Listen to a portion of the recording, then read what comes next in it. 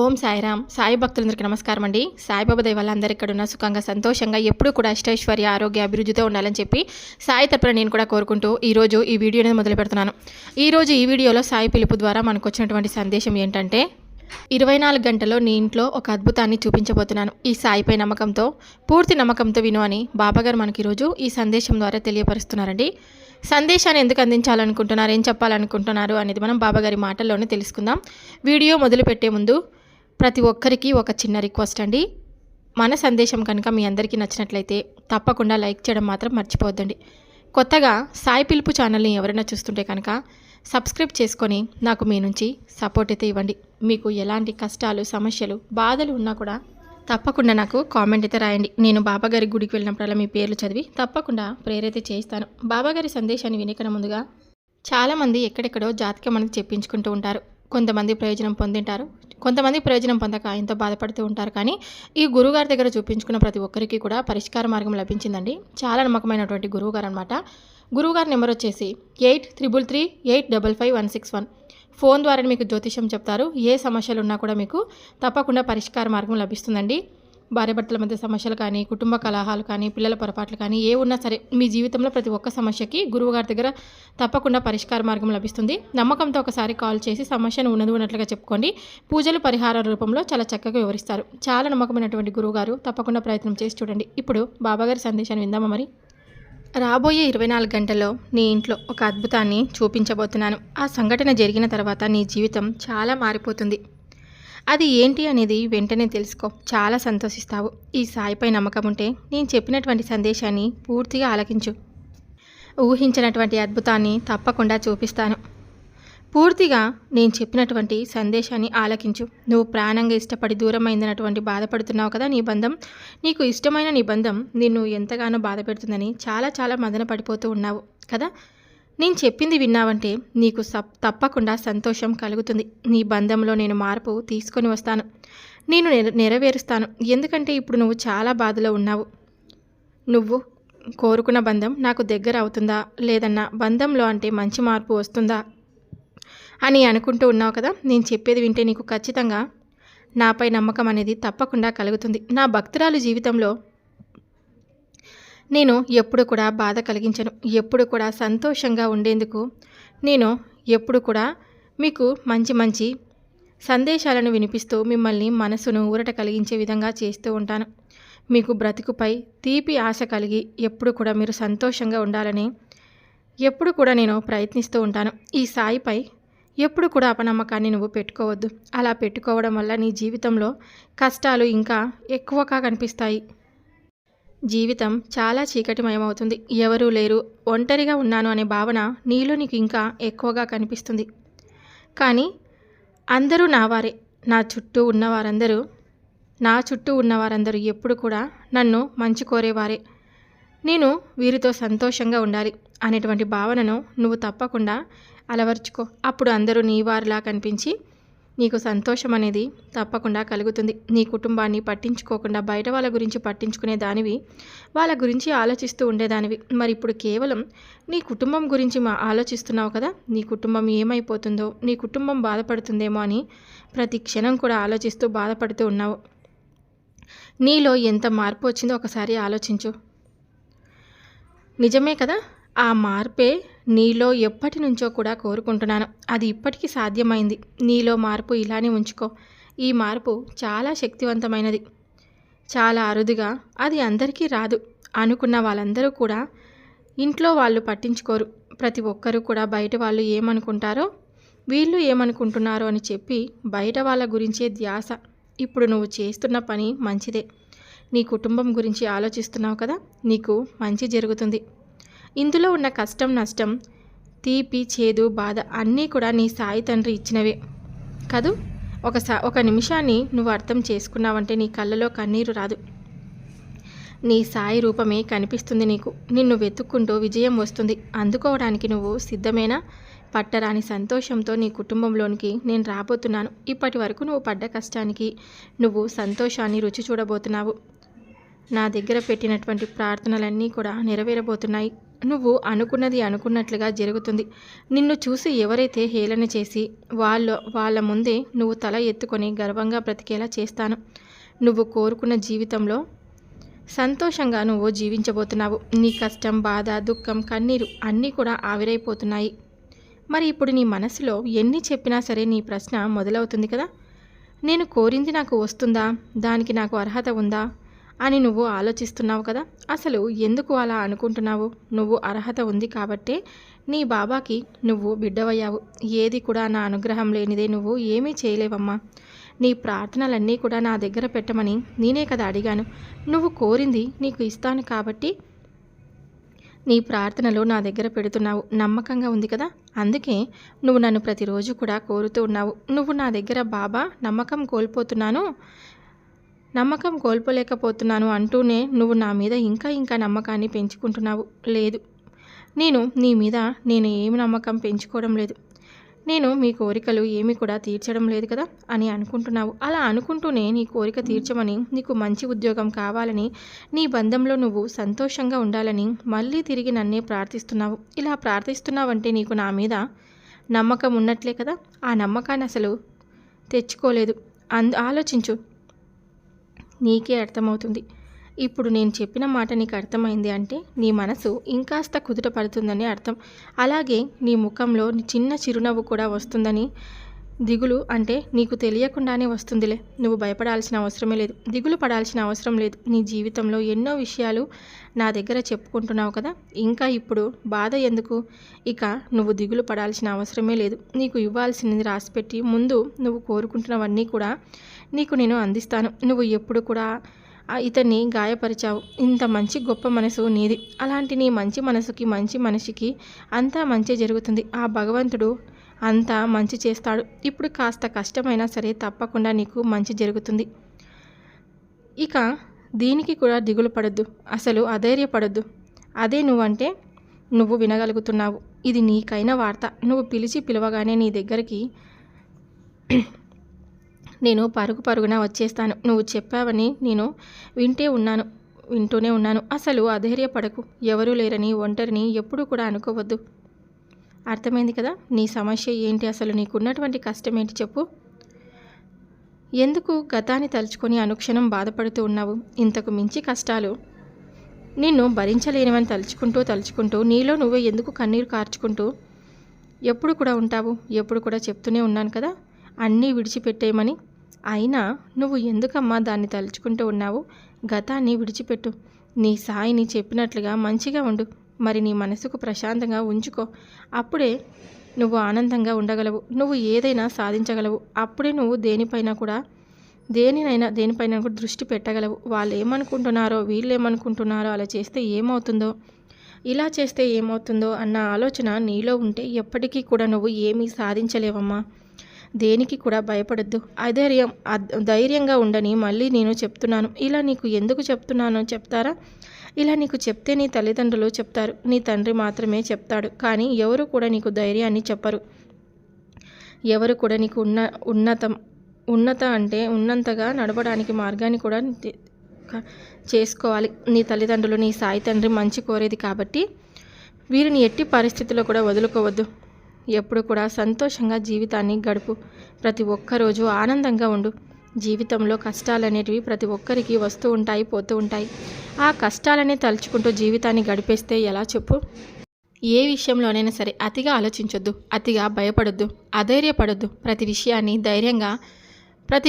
ధైర్యంగా ఎదుర్కొంటే కనుక ఏ విషయమైనా సరే మనకు తప్పకుండా 100% పరిష్కార మార్గం మనందరికీ కూడా కనిపిస్తూ ఉంటుంది. చాలామంది అనుకుంటూ ఉంటారు కదండి, ఏదైనా సరే మనం తప్పటడుగు వేయడం వలన, అంటే మనం తప్పుడు మార్గంలో వెళ్ళడం వలన, అంటే ఎవరినైనా హింసించి మోసం చేసి డబ్బును లాక్కోవడం కానీ, ఇంకా ఎవరినైనా బాధ పెట్టి అప్పులు ఇచ్చినప్పుడు వారిని హింసించి వసూలు చేసుకోవడం కానీ ఇలా చేస్తూ ఉంటారు. ఈరోజు మనం వారిని అలా హింసించి బాధ పెట్టి తరిమి అలా బాధ పెట్టడం వలన వాళ్ళ కర్మ మనకు చుట్టుకుంటుందన్నమాట.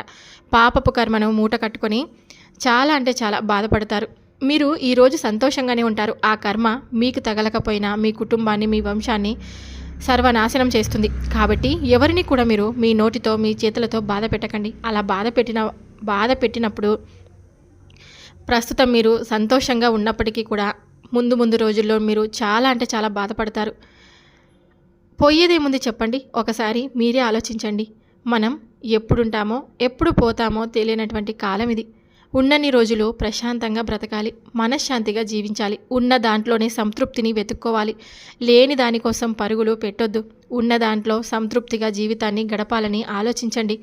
మనం పుట్టేటప్పుడు ఏమీ తీసుకుని రాము, వెళ్ళేటప్పుడు కూడా ₹1 కూడా తీసుకొని వెళ్ళలేము. మిగతా మధ్య జీవితమే మనం గడుపుతున్నటువంటి జీవితం. అలాంటి జీవితంలో మంచి చెడు ఈ రెండింటిని మనం ఎలా చేశామో దాన్ని బట్టి మనకు మరో జన్మ అనేది ఉంటుంది. మీరు మంచి పనులు చేస్తే మంచి కర్మను అనుభవిస్తారు.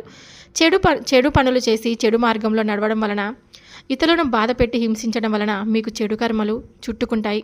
మీరు మరొక జన్మ ఉంటే చాలా హీనంగా, చాలా దుర్భరమైనటువంటి జీవితాన్ని గడుపుతారు. ఇప్పుడు ప్రస్తుతం మీరు సంతోషంగా ఉన్నట్టే అనిపిస్తుంది. వారిని హింసించి బాధ పెట్టి మీరు పైశాచిక ఆనందాన్ని పొందాలని అనుకుంటారు. కానీ అలాంటి ఆనందం మీకు ఎక్కువ కాలం నిలవదని గుర్తుపెట్టుకోండి. అన్యాయంగా సంపాదించిన సొమ్ము ఏది కూడా శాశ్వతం కాదు. అనారోగ్యం పాలవుతారు, మనశ్శాంతి ఉండదు, ప్రశాంతమైన నిద్ర ఉండదు. జీవితంలో ఏదో కోల్పోయినటువంటి లోటు. అలాంటి జీవితం మీకు అవసరమా? ఒకసారి ఆలోచించండి. మీ దగ్గర మీ సొంత డబ్బు ₹10 ఉన్నా చాలు, అందులో మనశ్శాంతిని వెతుక్కోండి. మీ దగ్గర అన్యాయపు సొమ్ము ₹1,00,00,000 ఉన్నా సరే అది మీ జీవితాన్ని నాశనం చేస్తుంది తప్ప ప్రశాంతమైనటువంటి జీవితాన్ని అనుభవించలేరు.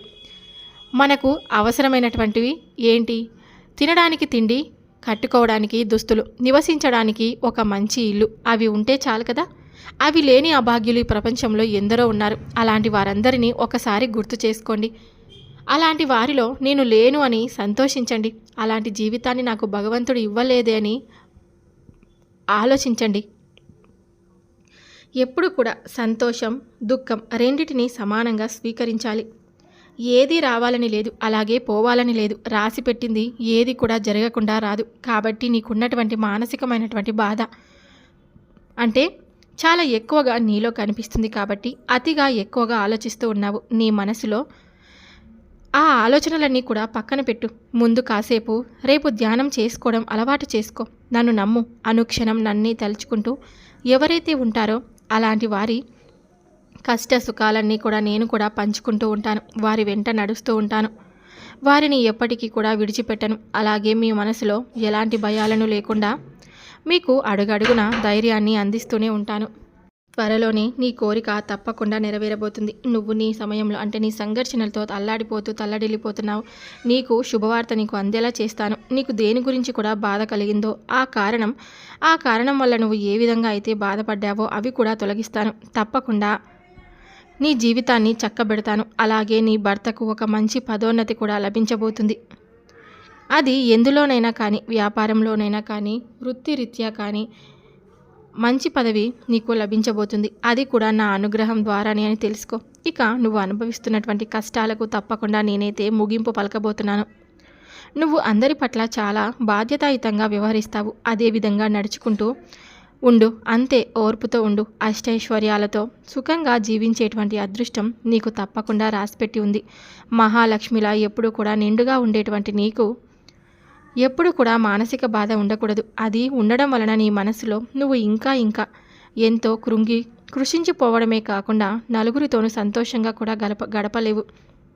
అలా నలుగురితో ఉండలేకపోయినా పర్లేదు, కనీసం నీ కుటుంబంలో వారితోనే సఖ్యతగా ఉండేటువంటి నీ ఆ ఆలోచన విధానాన్ని ఎప్పటికీ పొందలేవు. కాబట్టి నీ మనసులో ఏదైనా ఉన్నటువంటి సంఘటనలన్నిటినీ కూడా దూరం చేసుకొని నిండైనటువంటి ధైర్యంతో సంతోషంగా నీ పెదవులపై ఎప్పుడు కూడా చిరునవ్వుతో ఉండు. ఎంత కష్టం వచ్చినా కూడా ఎప్పటి వరకు ఎలా అయినా భరించావో అంతే విధంగా రాబోయేటువంటి రోజులు కూడా ఇప్పటికే నీవు కష్టం అనేది ఎలా ఉంటుందో పూర్తిగా అర్థమైంది. కాబట్టి ఎలాంటి కష్టం వచ్చినా, చిన్న సమస్య వచ్చినా అసలు ఏమాత్రం కృంగిపోవద్దు. నాపై నీకు నమ్మకం ఉంటే కనుక అది చాలు. నిన్ను జాగ్రత్తగా నడిపించడానికి ఎప్పుడు కూడా అది నీకు ఒక గొప్ప అస్త్రంలా పనిచేస్తుంది. అలాగే నీ బాధ్యతను నువ్వు కర్తవ్యంగా ఎప్పుడు కూడా మర్చిపోకుండా నిర్వర్తిస్తూ ఉండు. అలాగే నీకు ఒక మాట కూడా చెప్తాను, తప్పకుండా ఆచరించు. నీవు నీ మనసును ప్రశాంతంగా, అలాగే నీ మానసికంగా దేని గురించి అయితే నువ్వు బాధపడుతున్నావో ఆ బాధ అంతా కూడా తొలగిపోవాలంటే ప్రతినిత్యము కూడా రామాయణాన్ని పారాయణం చేస్తూ ఉండు. అప్పుడు నీకు సకలం చేకూరుతాయి, సందేహించనవసరం లేదు. రామాయణం పఠించిన వారికి శ్రీరాముడు ఎప్పుడు కూడా అంత మేలు చేస్తాడు. నీ సంకటనాన్ని అన్నీ దూరం చేస్తాడు. కార్యంలో నీకు అన్ని విజయాలే ప్రాప్తించేలా ఆయన అనుగ్రహం నీకు తోడవుతుంది. నీ మనసులో ఉన్న వేదన అంతా కూడా దూరం చేస్తాడు. కాబట్టి ఓర్పుగా ఉండు. అలాగే ఎలాంటి అనుమానాలు పెట్టుకోకుండా జీవితం ఎప్పుడూ కూడా సంతోషంగా ఉండదని తెలుసుకో. ఒక్కొక్కసారి ఒక్కొక్క కష్టం, ఒక్కొక్కసారి ఒక్కొక్క సుఖం వస్తూనే ఉంటాయి, మనల్ని పలకరిస్తూనే ఉంటాయి. ఇవంతా కూడా కేవలం నాటకమే అని తెలుసుకో. ఈ నాటకంలో కేవలం నీ పాత్రను నువ్వు ఏ విధంగా పోషిస్తున్నావో, అసలు నీ జీవితం ఈ రోజుల్లో ఏ విధంగా నువ్వు మలుచుకోబోతున్నావు అనేటువంటి విషయం గురించి శ్రద్ధగా ఆలకిస్తే అంతా చాలు. ఎప్పుడైనా సరే ఒకటి గుర్తుపెట్టుకో, జీవితంలో ప్రతి ఒక్కటి కూడా అంతా మన మంచికే జరుగుతుంది, అంతా మనం ఎప్పుడు కూడా సంతోషంగా ఉంటున్నాము అనేటువంటి భావనను నువ్వు ముందుగా ఏర్పరచుకో. ఎందుకంటే జీవితంలో ఎప్పుడు కూడా కష్టాలు అనేటివి ప్రతి ఒక్కరికి వస్తూ ఉంటాయి, పోతూ ఉంటాయి. మనం ఎలా జీవించామనేదే చాలా ముఖ్యం. నువ్వు ముందుగా సంతోషంగా ఉండడం నేర్చుకో.